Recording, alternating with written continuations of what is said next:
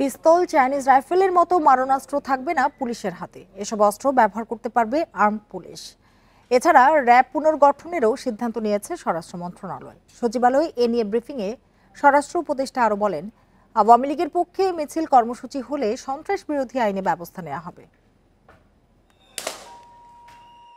বৈষম্য বিরোধী আন্দোলনে ছাত্র জনতার উপর মারণাস্ত্র ব্যবহারের অভিযোগ পুলিশের বিরুদ্ধে। এছাড়া র্যাবের বিরুদ্ধে আওয়ামী লীগ আমলে নিষেধাজ্ঞা দেয় যুক্তরাষ্ট্র। এ নিয়ে সোমবার দুপুরে আইন শৃঙ্খলা সংক্রান্ত উপদেষ্টা পরিষদ কমিটির সভা হয়। পরে ব্রিফিং করেন স্বরাষ্ট্র উপদেষ্টা। জানান, পুলিশের হাতে মারণাস্ত্র থাকবে না, যা আছে তাও জমা দিতে হবে। এসব অস্ত্র থাকবে আর্ম পুলিশ ব্যাটালিয়নের কাছে। এর সিদ্ধান্ত বাস্তবায়নে কমিটিও করেছে মন্ত্রণালয়। একই সাথে র্যাব পুনর্গঠনেরও সিদ্ধান্ত হয়েছে।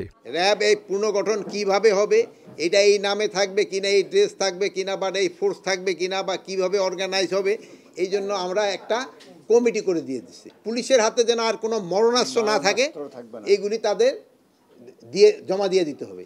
কোনো মরণাস্ত্র পুলিশের হাতে থাকবে না, বাট এবি ব্যাটালিয়নের হাতে থাকবে। উপদেষ্টা জানান, আওয়ামী লীগের কার্যক্রম বন্ধে সন্ত্রাস বিরোধী আইন প্রয়োগ করা হবে। কেউ কর্মসূচি বা মিছিল করলে ব্যবস্থা নেবে আইন শৃঙ্খলা বাহিনী। মোস্ট প্রবলি হয়ে গেছে, যেহেতু আমি এই মিটিংয়ে ছিলাম, আমি বলতে আমার মনে হয়ে গেছে। আইন যেটা হয়েছে ওইটার আমরা ইমপ্লিমেন্ট করার দায়িত্ব হলো আমাদের। এখন প্রজ্ঞাপনে যে ধরনের ইনস্ট্রাকশন আছে আমরা ওই ধরনের মতোই কাজ করব। সম্প্রতি ভারত থেকে বাংলাদেশি নাগরিকের পাশাপাশি রোহিঙ্গা আর ভারতীয় বংশোদ্ভূতদের পুশ ইন করা হচ্ছে বলেও জানান উপদেষ্টা। কোনো ধরনের হাসিফ মাহমুদ শাহ, ইন্ডিপেন্ডেন্ট নিউজ, ঢাকা।